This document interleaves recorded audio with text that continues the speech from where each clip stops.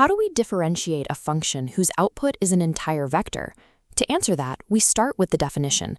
A vector-valued function is a mapping where a single real number input, like time, t, outputs a multidimensional spatial coordinate in k-dimensional space. This math has direct real-world physical applications. We use it to track satellites, map parametric curves, and model fluid dynamics.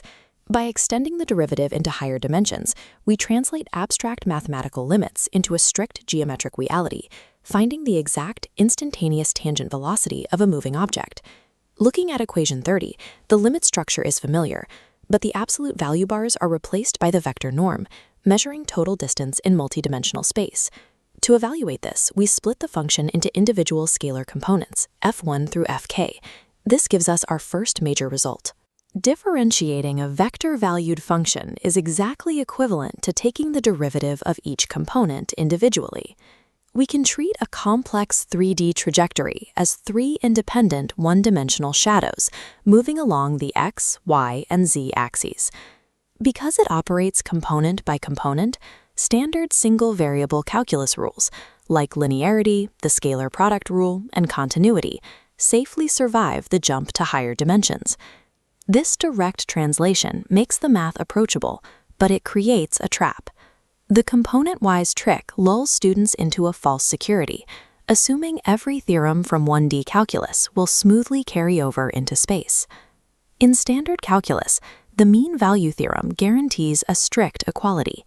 If you travel from point A to point B, there must be at least one specific moment where your instantaneous velocity exactly matches your average velocity for the entire trip. Walter Rudin dismantles this assumption using example 5.17, shown here. We define a vector-valued function f of x equals e to the ix over the interval 0 to 2 pi. Calculating the average rate of change, the particle starts and ends at coordinate 1, 0. Displacement is 0, so the average velocity secant line collapses into a single point. But the instantaneous derivative, f prime of x equals I e to the ix, has a constant magnitude of 1 everywhere.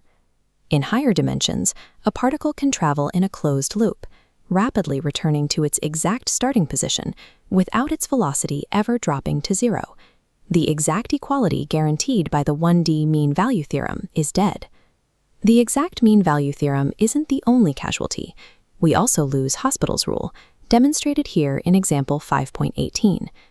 Near 0, g of x exhibits violent, high-frequency oscillations, but the x-squared coefficient tightly squeezes it inside a shrinking parabolic envelope. When evaluating the limit as x approaches 0, these bounds squeeze away the rotational noise, allowing the limit to cleanly resolve to 1. However, in equations 37 and 38, the derivative of g of x generates a 1 over x term. As x approaches 0, this causes the derivative's magnitude to blow up to infinity. This exploding denominator forces the ratio of derivatives to 0, explicitly contradicting our confirmed limit of 1. High-frequency rotations in complex or multidimensional space can easily create massive, unpredictable velocity spikes down at the local level. These extreme tangents completely destroy the delicate proportional relationships that L'Hopital's rule strictly relies on. If the exact mean value theorem is broken, how can we possibly do rigorous analysis or estimate errors in higher dimensions? The mathematical rescue comes from theorem 5.19. We trade exact equality for a generalized bounding inequality.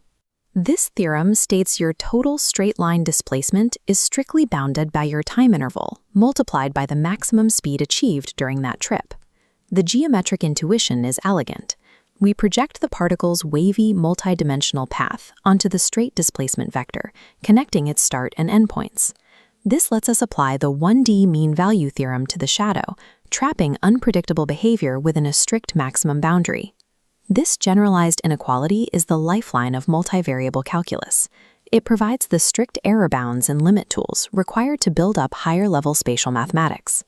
Mapping a single real variable into Rn allows us to differentiate component-wise, translating mathematical limits into physical velocity vectors.